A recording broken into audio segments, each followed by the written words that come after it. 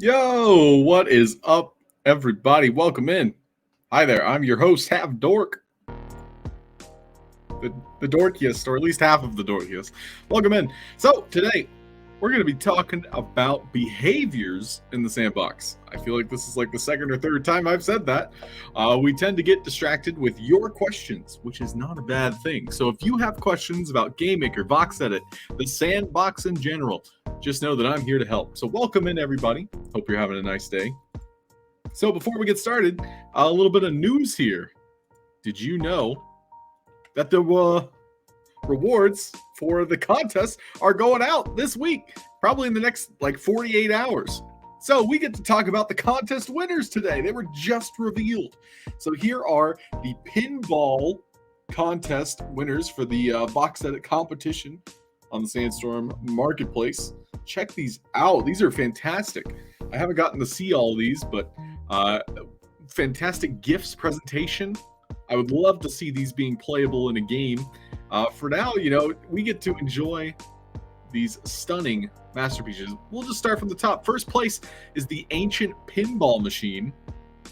So with an oriental vibe, unplugged, purely mechanical operation, integrating traditional Chinese elements such as the Temple of Heaven, the Great Wall, and the 8 trigrams made by Mr. Snow. This is the first place winner for that competition. Congratulations, Mr. Snow. Fantastic design. Love the line work. There's this cool texturing with all of this emblems and symbolism here. I like to imagine the pinball is climbing up these various towers, this great wall, slamming into the dragon before bouncing back. There's even a little water wheel for the pinball to ride across. Really great idea, concept, and execution here. Congratulations, Mr. Snow.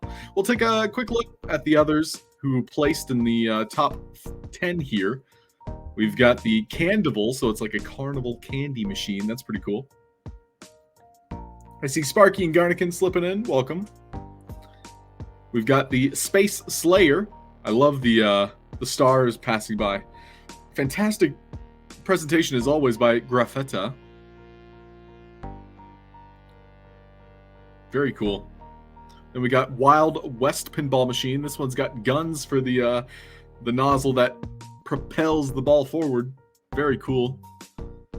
I just want to get in there, and be kind of like the avatar is like the size of the pinball, so I can just run around and explore it. I think it'd be really cool. They even got a working dial machine here. Fantastic stuff. Number 5 is the Pinball World Cup. So it's like representing the recent World Cup. Very cool. 6th place, Rocket Pinball. Nice gradient there. 7th place, we've got the Metaverse Old Pinball. So it's got like a city. Kind of hard to see it with this presentation, rotating a little bit too fast, but otherwise very colorful, unique. And the Pinball Dino BC number 8 with a volcano. Very neat. I love the use of the template assets.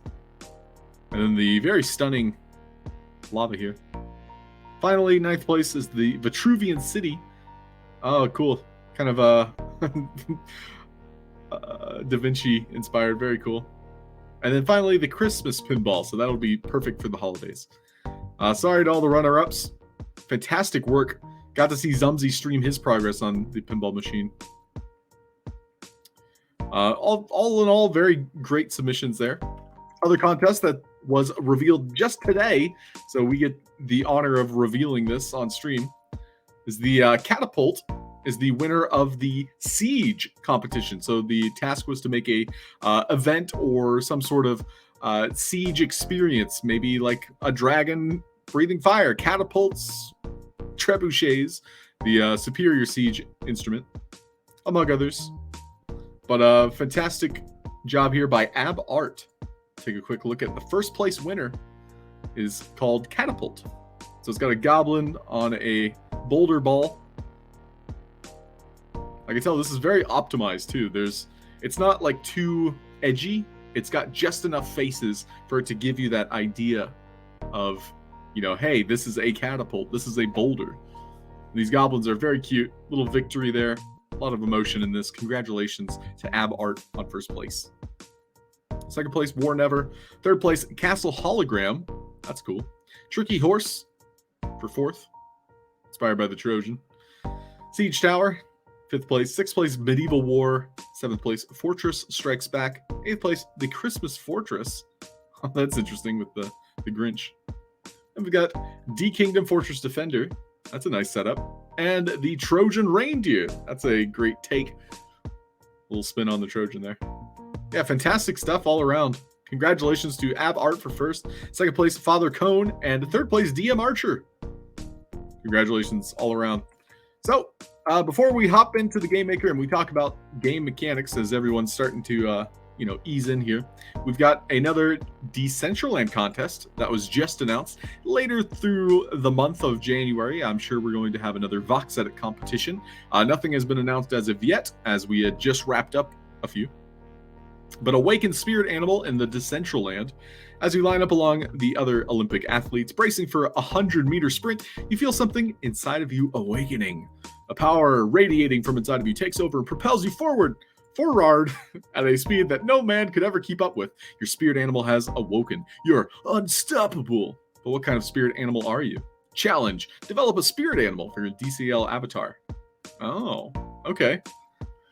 Scope. You choose between A, 2 wearable pieces in a set, or 1 skin wearable. Build constraints. No more than 1,500 triangles, so that's faces. No more than 500 triangles per accessory. No more than 2 textures. And if you choose a skin, the amount of triangles is increased to 5K and 5 textures. Check out the guidelines here. I'll drop that link in chat if anybody's interested. Prize pool is 2,500 USDC. Way to go, Decentraland. Very cool stuff.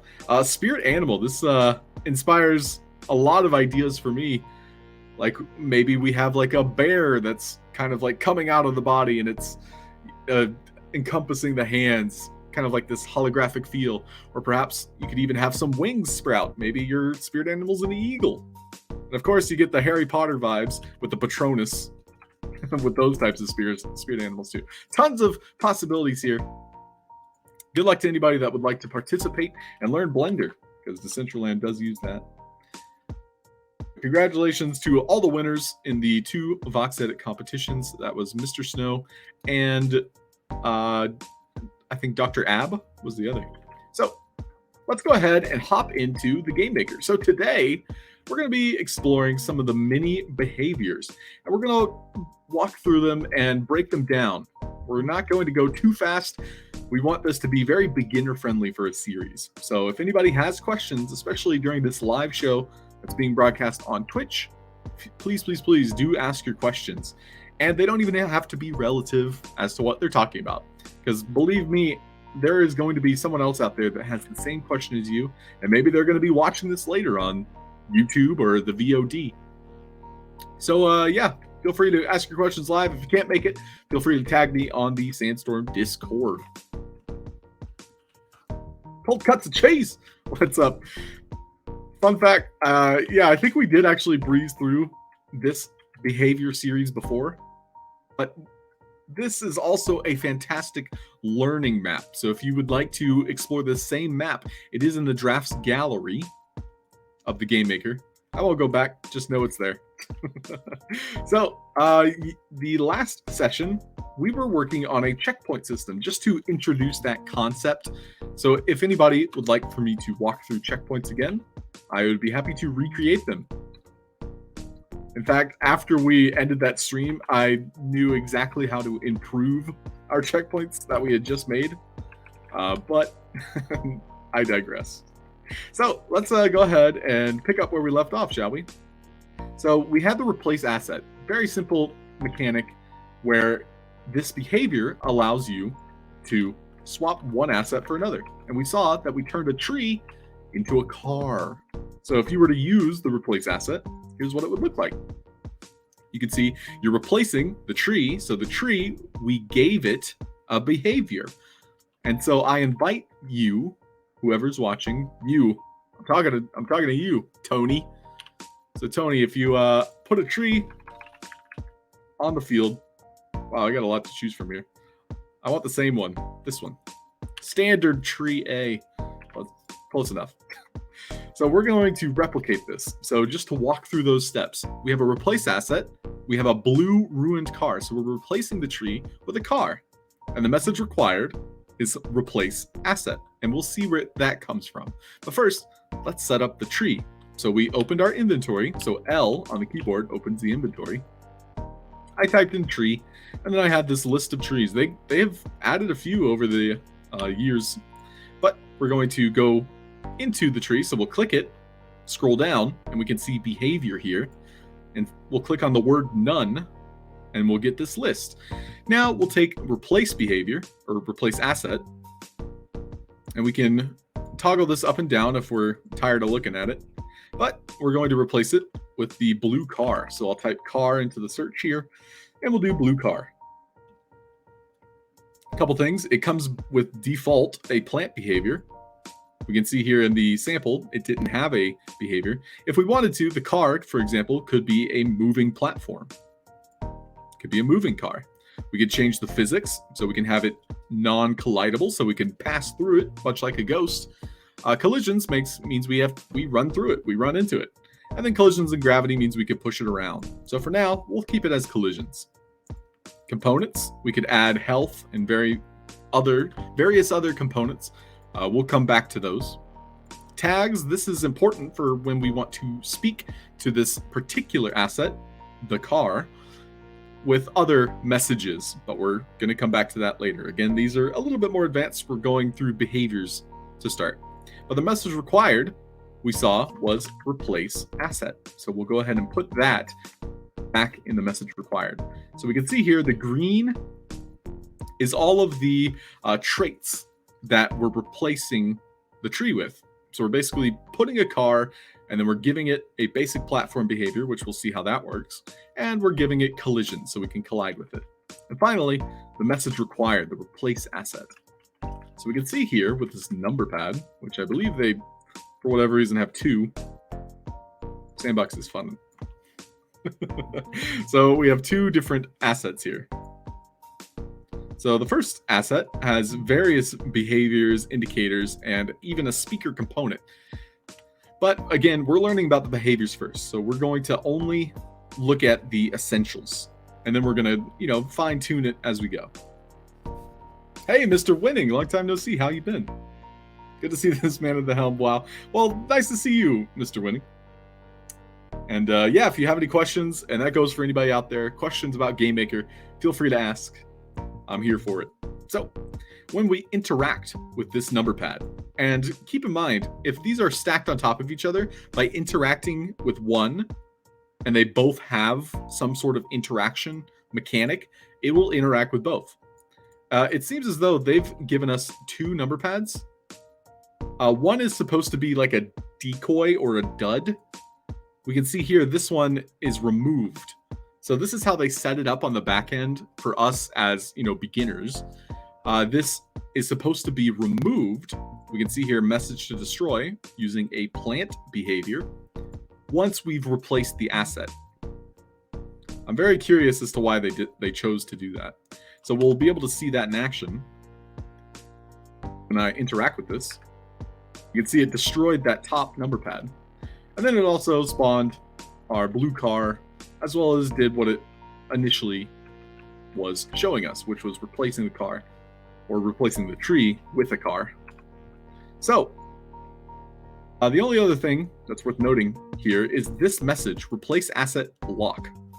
So I'm curious where this comes from, because it was not on this number pad. So this number pad is empty. It's mainly there for looks. This one had all the mechanics attached to it. So they set it up to where when we interact, it's sending out replace asset, which goes to our tree. Tree requires replace asset, spawning the car. There was nothing outside of collisions on that car, the ruined car. That ball we had put there. Maybe the sign had it? No, I have no clue where this message comes from. Replace asset lock. It's coming from something we can't see. And now I'm kind of playing hide and seek to find it. I found it! So if we look underground, luckily, they allow us to see through blocks. And so they had this invisible asset here that when that same message, replace asset, is received, it's sending out another message. So it's like a domino effect. So the messages in Sandbox are very much like a sequential series of events. So we had replace asset as a message. That's when we touched the number pad. Replace asset as a message was received by multiple things. It was received by our tree. It was received by the tree that we recreated. And then it was also received by this, which is an invisible clay bowl. They hid it under the ground, and you can see they've hid multiple things underground here throughout this experience to teach us. And honestly, they didn't even mention this clay bowl, so it's fun that we found it. But it teaches us that when a message is received, so wait for message, replace asset, it will send out this message, replace asset lock. And then if we go back to our number pad, we can see here, this number pad has message to destroy, replace asset lock. And lastly, we can take a look at the indicator. So this actually tells us a few things. Well, first of all, we can put a message above it. So it can hover this little text that says number pad. But the key here is that there is a display interaction input. So when we get close to it, it's going to tell the player, hey, interact with me. And we could attach a quest to it, but right now that doesn't do anything. Same with these. Display cursors, quest cursors. If there's no quest, that doesn't do anything. Display over. Again, this doesn't do anything because there's no name and there's no quest ID. So display over right now would do nothing. However, if we have display over enabled, that would mean a name such as number pad would be seen through the environment. Same with the quest icons. Those would also be seen through the environment. And then we also have visibility distance. So this name here, whatever you input into this, will be visible from up to 10 voxels away. And then we can also offset it. So the height of the name can go higher. So let's put it at a 2 just to see how it works. And then also the interact VFX. This is when we touch it. So when we interact with it, it has this little glowing effect. So we can see here the number pad, the name is 2 kind of spaces or blocks higher than average. And when we get close, it has that E interaction.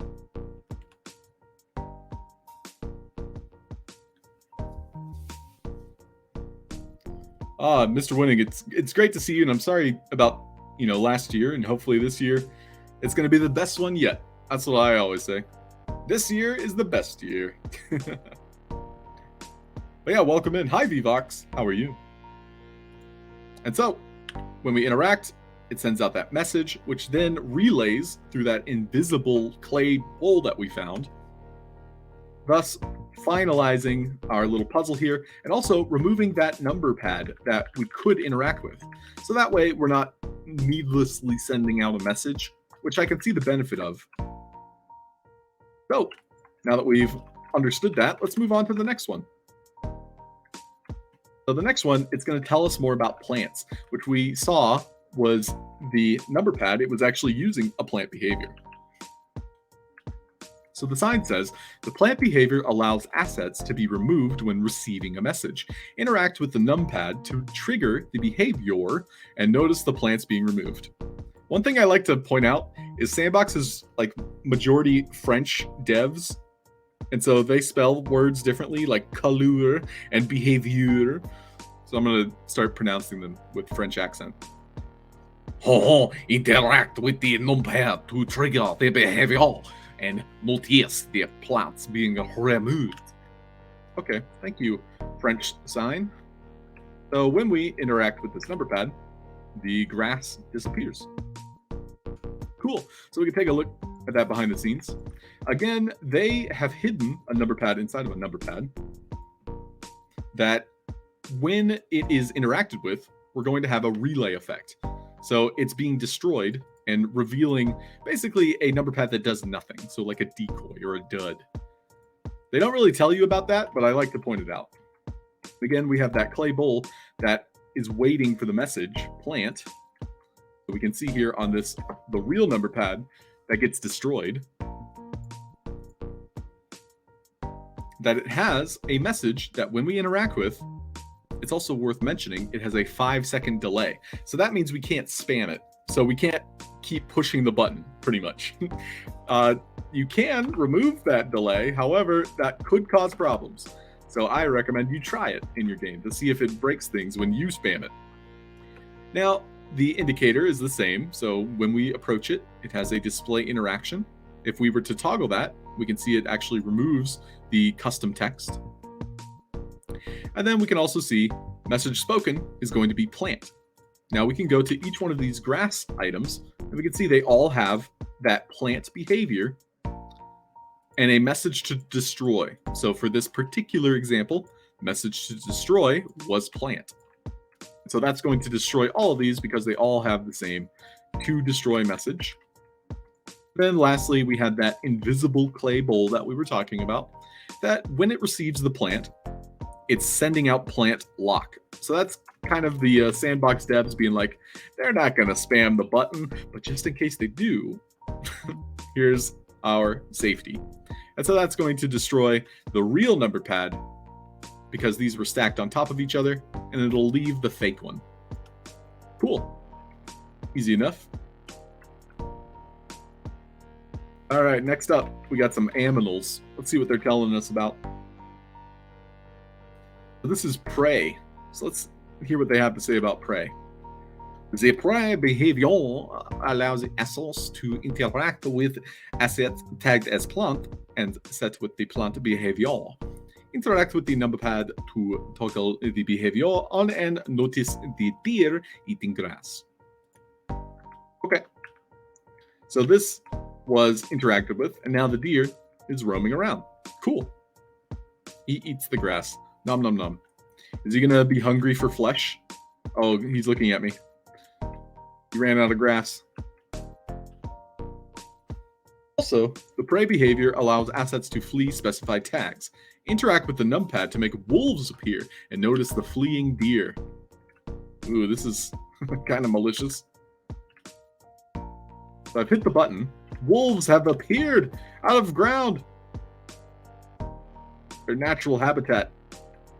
They're prairie wolves. They're like prairie dogs. I mean, I guess a prairie wolf would be a prairie dog because wolves are dogs. Anyway, so you can see he has this little prey icon above his head. That means he's scared. So let's look at what that means, where that comes from. So a couple things. We saw that when we touched this number pad, it caused our deer to turn on this prey behavior. So basically, we told the deer, hey, food's ready. Come eat. So if we take a look here, we have, again, the fake number pad, but then the real number pad, again, has that lock message. So we'll be able to see another invisible clay bowl. We already know what that does. So that's going to prevent the player from spamming. And then we also have a prey message. So this message is going out. We can see it has all the same indicators, so basically telling us we can interact with it. And when we interact with it, we sent out the prey message. And there is a default 5-second delay, so we can't spam it. But then, of course, there was the lock mechanism, so that it just completely removes the possibility of spamming it. Cool. And so that prey message, which we saw when we interacted with, sends out the prey message. It's being received here. So now we get to look at toggle behavior. So this is a component, not a behavior, but a component called toggle behavior that allows the behavior to turn on and off. So we can technically make this animal into prey, so make it afraid and eat things. But right now, it doesn't have an off message. So if there was like a different message here that turned off the prey, we would put that there. Right now, it starts in the off position, so it's just an asset, a deer that is standing still. So it won't do anything until we tell it to. And we can even see that here. The animation will probably, just be static. So he's just kind of frozen like a statue until we give him that behavior. So the behavior that was assigned to him is the prey behavior. So the prey behavior we'll take a quick look at.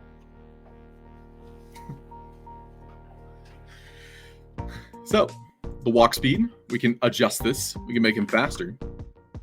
Flee speed, this is how fast he runs away from wolves. So right now, he'll run away from a wolf. We can also give the avatar the tag to flee. So if we enter into his yellow radius here, it's going to cause him to run away from us. And then he's also chasing after plants. Unfortunately, they only gave us 2 plants to work with. So we're not spawning more. That's something we'll take a look at. Now, he gets a food value. So this is something that is still being worked on, I think, by Sandbox. But in general, if you have food like on the field, the deer doesn't instantly move from one to another.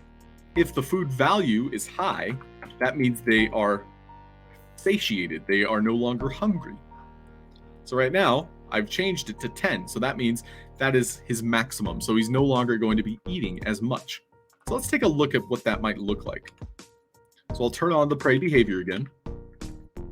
And this time, when he eats grass, we also saw he moves very fast. Not hungry, but again, that behavior hasn't really been perfected yet, but it gives you a good idea as to what it can do. So for example, I basically told him, hey, every time you eat a piece of grass, you're going to be completely full. So we can see the max hunger is 10 and grass value is 10. However, this is per second, so hunger decreased per second. Let's try adjusting this. We'll do 1. And we'll see if that had affected it. Now he's going to zoom over to the grass. And all things considered, okay, now he's going to chill for a bit. And so now he'll wait a couple more seconds before he goes over to the grass. So basically, as soon as he loses a little bit of hunger, he's like, oh, I got to eat. Oh, I got to eat. Same, dude, same. Great. So now we'll just wrap up with the wolf and the avatar and fleeing. So we can see here just the last few things to talk about. Hunger decrease rate, which we adjusted. It actually caused him to wait a little while before eating the second one. And the eating duration, we can cause him to just, munch on it, the same piece of grass for 10 seconds. And lastly, the hunger threshold. So 0, maybe we can set that to 5 and he'll chill for a much longer time. But now we'll see he will run away from me once I get close. Again, the prey behavior has to be on. Now when I get close, and I'll let him finish his food. He's very preoccupied right now. Yep, now he's scared of me. Is he so scared he won't eat though? That's the real question. Nope, he's not that scared. So again, a little bit of tweaking with the behavior, but it's still pretty good for what it does. Finally, we'll drop the wolves. Wolves pop up and he runs away. Cool. Let's move on to the predator. So this is what a wolf might have as its behavior, as its artificial intelligence. So we'll read the sign. The predator behavior allows assets to attack assets with prey behavior. Interact with the numpad to toggle the behavior on and notice the wolf attacking the deer. So it is worth mentioning, it doesn't have to have just prey behavior. It could be another predator. It could be a soldier. It could be an ally. It can be a citizen. It could be a farmer. Basically, anything you tell the predator to attack, it will. And so it's the same thing, except instead of eating grass, predators eat, living things. They're carnivores, omnivores, if you will. So we push the button, and now the deer, because it's prey, isn't going to fight back. I mean, a deer with antlers like those would probably fight back. But that's just being nitpicky. We can actually program that. And we can see the wolf actually is programmed to attack me as well. But we can also program that to where the wolf likes me.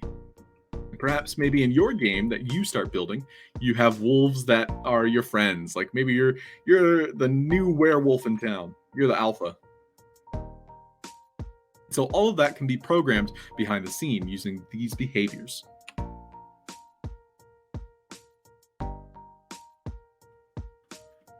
Slaterade. Cool. So let's take a quick look at that. Again, we've learned about prey, so now we're going to take a look at predators. So here's the predator behavior. So again, it has the same kind of setup to where we're toggling the predator behavior on. It's using that message that likely comes from this number pad. We have two number pads. One is a fake, and then the real one is basically destroyed once we touch it.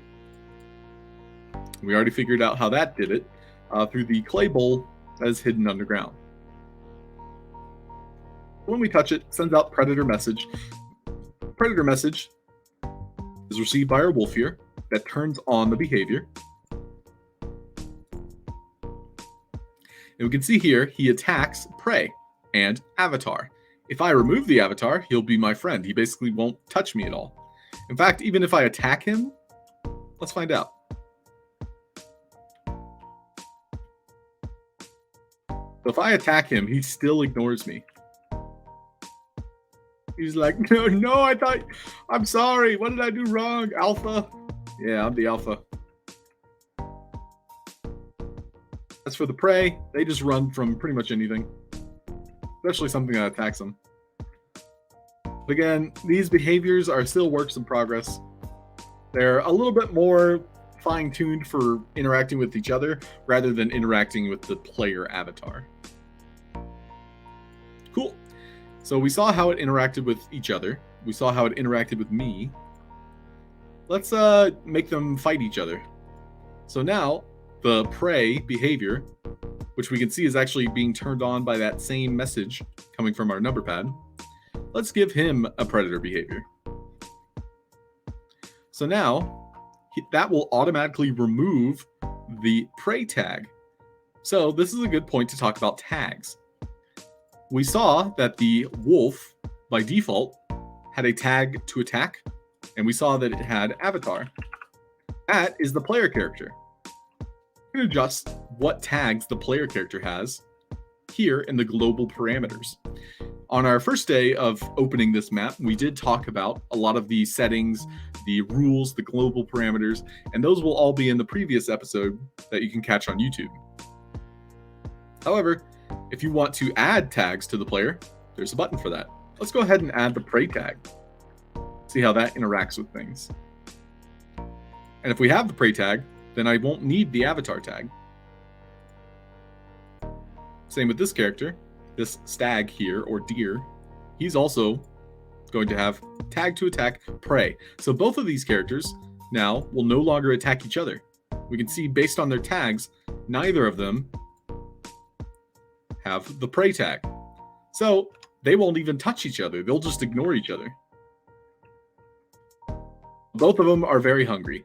You can see they have a hunger icon above their head. If I jump in there, I'm the prey now. Ah! Is that deer even attacking? He's just kind of like yawning at me.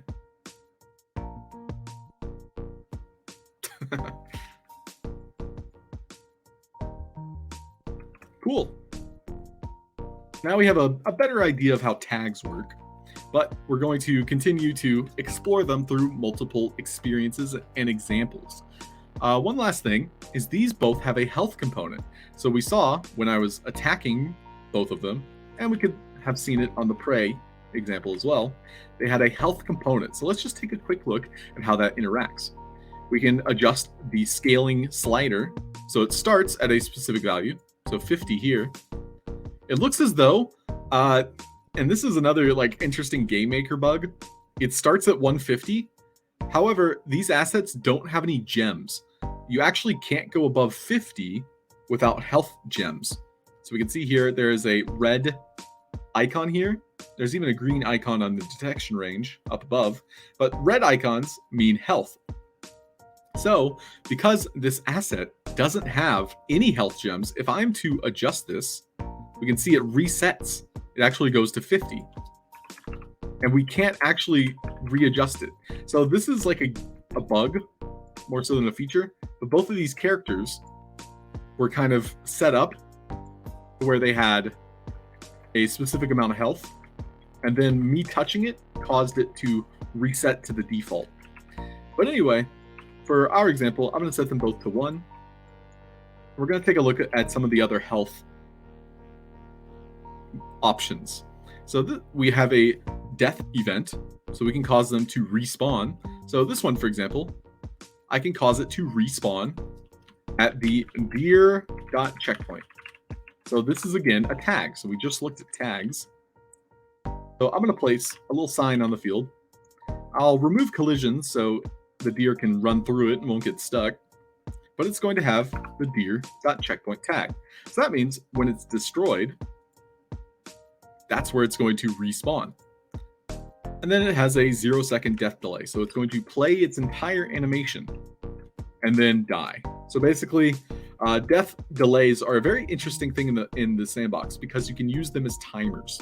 So for example, and we can get into this. This is actually a little bit more advanced. But when it dies, after a brief delay, so it's not exactly 0, it's instead you kill it, the character plays its death animation, then things happen. So for example, when it dies, we can send a message, such as pray. And that would cause this deer to start eating. However, the last thing to note with the health component is you have to send out 2 tags. So for example, if you don't have send to tags anything in this box, no one will receive the message. It's basically sending this out into the void, into nothingness. Instead, you have to have a recipient or recipients. And finally, with our wolf, we'll also maybe change it up a little bit. So he'll do reset. So what that'll do is he'll just be immortal. He'll die and instantly come back to life. For him, we're actually going to have a negative death delay. And this is the interesting part because if it's a negative number, it does not play the death animation. So now, if I'm to interact with this number pad, thus turning on the behaviors, they both are ready and hungry. However, neither of them are prey. They both are predators. Me, the character, I gave myself the prey tag, although they both will attack the avatar. If I jump in and I attack them, the deer is going to respawn at the sign. However, he's stuck in the wall, so I don't think he's going to be able to fight back. And then the wolf, he just resets basically to his starting point. It's clear now that they both also respawned with their toggle behavior. So we're going to want to have our number pad here. We'll have a secondary one that we can interact with that won't be destroyed. So it won't lock. We'll try that again. And this time we'll also look over to that deer there, who should start eating once we kill this deer. Looks like it. Cool. And then the wolf here. So both of them should start interacting with me once I push the button. And if I kill them again, they forget that they are predators. If I push the button again, they remember. And so that turns on their behaviors. Cool. Interesting stuff. All right, moving on. What do we got? Hey, Mosquita, welcome in. And Escape Room Artist, how are you? Cool. So here's our next in the series of events. Series of fortunate events, because you guys got me as your teacher. Let's read the sign. The multi-behavior allows to spawn, a little bit of a grammatical structure there, allows the user to spawn blocks in a specified area. Interact with the numpad to trigger the behavior and notice the spawned stone blocks. Okay, so we push the button and blocks spawn. Awesome. Easy enough. And these are not assets. These aren't blocks that we can put a behavior or a component on. Instead, they are like the building blocks, much like in Minecraft. So if we take a look at what is spawning those, you can see a green border. So that must be the blocks and the radius that they're spawning in. Cool. We'll start with the number pad. So again, we have the fake one and the real one. So the real one is sending out a message. Uh-oh. There we go. I thought I was crashing. I always get scared when things don't respond. Anyway, the message being sent out is multi. So if we go down to one of these, you can see that it has a behavior, multi. Not only is the name of it multi, it's waiting for the message multi. And once it receives that message, so when we interact with the number pad, it's going to tell this behavior, aka this invisible number pad, to spawn brown bricks. So on receive message, multi blocks to spawn brown bricks. We can even see 1, 1, and 1. So there's a spawn area, which it's not one block, such as this one block. Instead, it has a default radius of 3 by 3. So this is a 1, 1, 1, which I suppose makes sense if you're adding the X, Y, and Z's. But ideally, I would love to have more control where it's spawning only one brick. And we can't go lower than 1. It's always set to that number. We can take a look at the other ones. Each one of these are 1, 1, 1. And we can see again, it is 3 by 3. And by adjusting them in height, we can adjust where the blocks themselves spawn. And lastly, this one chose to add an additional to the y-axis. So that added another layer on top. This one's pretty self-explanatory. So you can make some really interesting platforming puzzles with this mechanic. And we can go ahead and take a look at a void behavior, if I can find it, which would essentially do the opposite of removing blocks. I'd be very curious if they didn't add it. Honestly, I don't see it. So we're going to be adding that to our tutorial here. So let's go ahead and duplicate each one of these. And we're going to talk about the void behavior. So void basically does the opposite, but it does a little bit more. So instead of destroying blocks, so we can, again, take a look at this, and we can see it destroys. So we can even have this red border here that tells us what is being destroyed, or at least the circumference or the area, the radius. And it's destroying in the same 3 by 3 space. So we can do block destruction, and we can do destroy all except from list.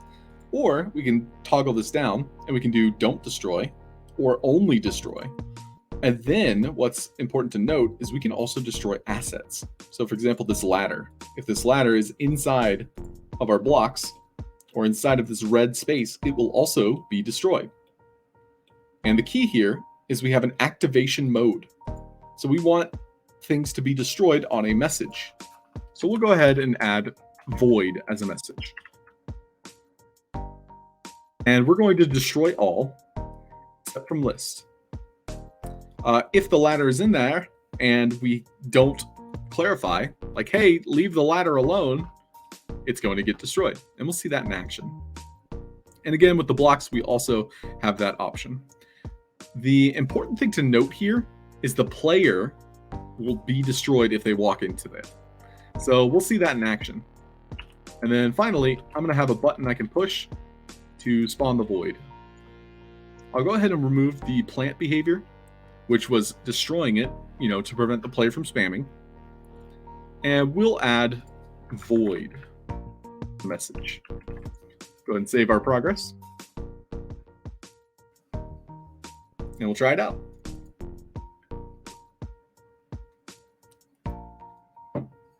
Okay, so we're going to spawn the bricks. Cool, we can jump around, no problem. And if we get close, we can even climb it because that ladder's in there. But if I touch this, we can see the void basically removed the bricks that it was in. And the ladder is also no longer there. If I try to walk through it, I'm not getting destroyed. Lucky me. If the player was in the red square at the time of the message, it would have killed me. Let's go ahead and try that. So I'll place the void square inside. Oh, and it's not killing me, but it did kill my number pad. That's important to note. But interesting. Usually this would destroy the player too. So we can take a look here. So asset destruction, block destruction. Let's try what this does. So on start. So basically when we start the game, this is going to be active. We can even lower it a bit and see it work on the tile floor.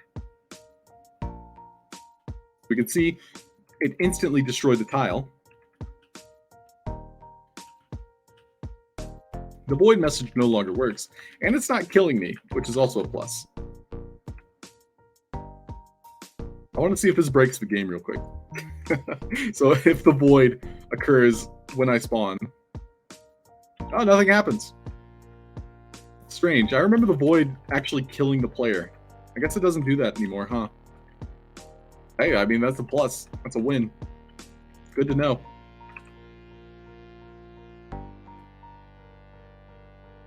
All right, moving on.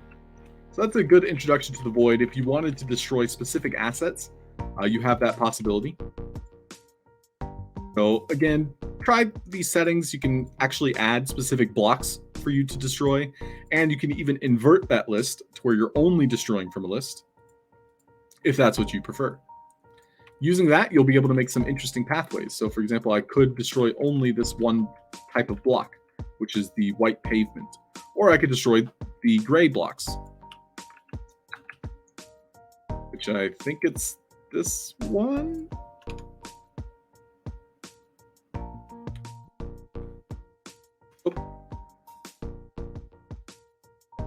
What type of block is that? Is that stone? Might be stone. Gray. Dark gray. I'll also add pretty much every gray because we need to move on.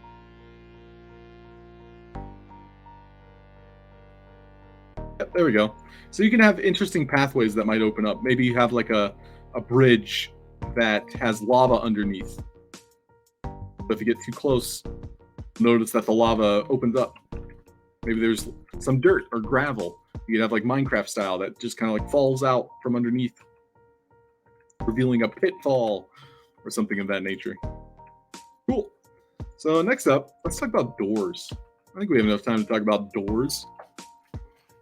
If anybody has questions, again, this is a live show. You are welcome to ask questions, and I'm happy to answer them to the best of my ability. Cool. So with these doors, let's read the sign. The door behavior allows assets to act like doors when receiving a message. Interact with the numpad to trigger the behavior, and notice the first door opening and the second door rotating around its pivot. Cool. Simple enough, right?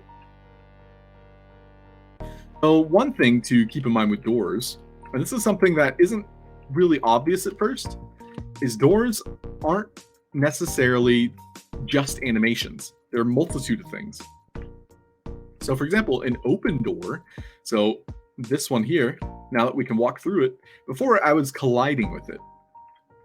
Now it essentially caused the door to play an animation, and it's now like a ghost. It's translucent. So even though there is a frame on the door, because it is open, what it did was it removed the collision. So you can be creative with this, and you can have assets that are real, or, you know, like a wall, but maybe you have to activate a certain mechanic and that wall becomes fake, or it plays an animation. And you can get really creative and have some interesting mechanics, and I'll show you a few. Same with the pivot. It's playing the animation. It's literally rotating the asset, but it's also removing the collision. And again, if I touch it once more, the door becomes collidable again. And it's still using the bounding box or the actual, frame of the door as the collision. So let's take a quick look at the behavior of what a door can do. Hey, Garnican says, I know this has been shown before and that I kind of should be able to do this in sleep, but can you show how to make an asset send a message when a platform is near? Yes, I can. And Blue Tulip, why number pad? Why not any asset? So number pads have become like the default for logic because it just is, again, 3D visual software. So it's like the sandbox in general is 3D visual scripting based. So everything you see on screen can have a purpose. It's 3D. And so by attaching behaviors and components, that's giving it purpose. Now, number pads, by mental understanding, are kind of like the default logic. It's like, oh, this is something smart. And so because of the collection that the sandbox gave us, just default assets, the number pad was probably the best choice to start with. And so it just became kind of a community choice for logic. And that's, having a button or indicator or a message. So yeah, we're going to talk about Garnican's problem, but yeah, one just last look at the behavior of a door. You can also attach messages. So again, we have the collision to where we can go through it. We have the animation that plays, which I actually enjoy putting characters like NPCs with a door behavior. That's one of the first things I started doing in my experiences that, isn't really talked about. Like, nobody really intends to have a door character. It is quite adorable. Sorry. Anyway, if you put a door on this character, for example, you can have him do a selfie, or maybe he'll point. So now, whenever I interact with Adventurer Jet here, he'll swap between the two animations. That's an interesting use for a door. And we don't have too much time left, so I won't get into it. Maybe that's where we'll pick up next time. You can have him loop between those two animations. So yeah, one last look at that. You'll notice he'll freeze frame on the last frame. So it's not looping. That's the main takeaway with a door behavior. Much like a door, which opens and closes, it's not, rapidly opening and closing. Whereas if you wanted it to loop, you could do that by default with the animated decoration, which has a looping feature. Now let's talk about Garnican's problem real quick, as they had asked. So they wanted to know about basic platforms. We'll use the carpet. So there's a lot of cool carpets here. Carpet, we're going to give a basic platform. So we want it to go from left or forward and back. So we're going to change the Z-axis.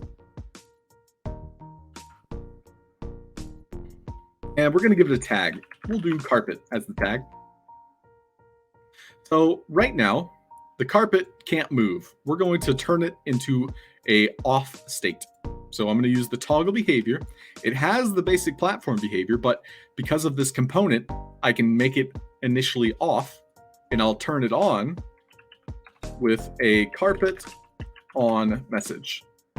I like to put periods instead of spaces in my messages because it's easier to remember rather than swapping between spaces. Maybe you have a couple words that don't need spaces, but maybe they could benefit from like separating, certain words. So I prefer periods, but that's a personal choice.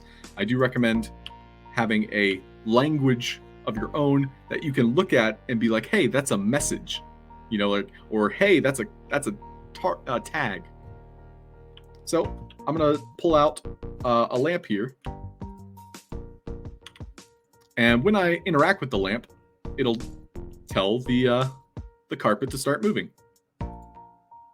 So again, we had carpet.on. Carpet.on is going to go out, and when it goes out, it turns our carpet on. So we can go ahead and test that. After 3 seconds, this should start moving. Cool. Now, what Garnican was asking is, how do you make an asset send a message when a platform is near? So, because we had a carpet tag, we're going to have this sign over here use a message via speaker component, where it's going to detect entity, and it's going to detect our carpet. So carpet.detected is going to be the message that goes out. So we can set that to carpet.detected. So right now, nothing will happen until the carpet enters into the space. And when it does, we'll have a door open. So I'll use this door here, duplicate it using Control-D, move it into place, message required, carpet.detected. So now the door will open once the carpet gets close. So interacting with the sign causes the carpet to start moving. Once the carpet moves into the radius of this lamp, the door will open. We can take a look at that. Right now the door is closed. Even if I get close to the lamp or I try to interact with the door, nothing happens.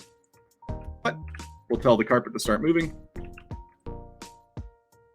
You get close, the carpet.detected message goes out, and the door opens. Cool.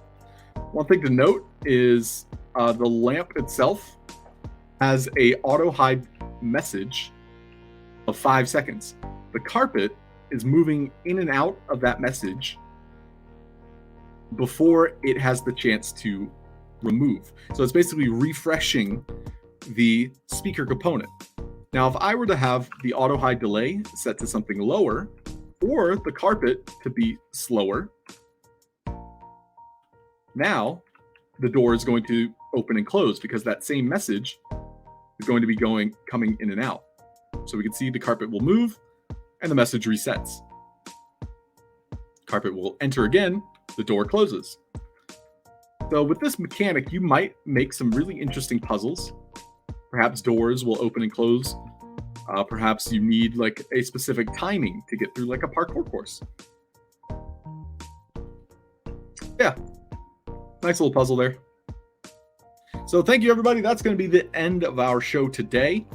Just a quick reminder that there is a Decentraland contest going on, and the awards are going out for contests 20 and 21 for the Sandstorm Vox Edit contest. And so if you want to know who won those last two contests, let me bring them up. So contest 8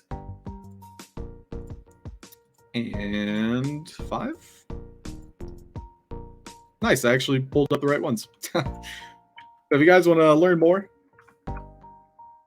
about the winners of these contests and check out the awesome galleries, you'll be able to view them there. So I'm going to play it out with the awesome tunes by Razul the Elder, the Nobody. And I'll see you guys in the next episode. Peace. Toodles. Laters.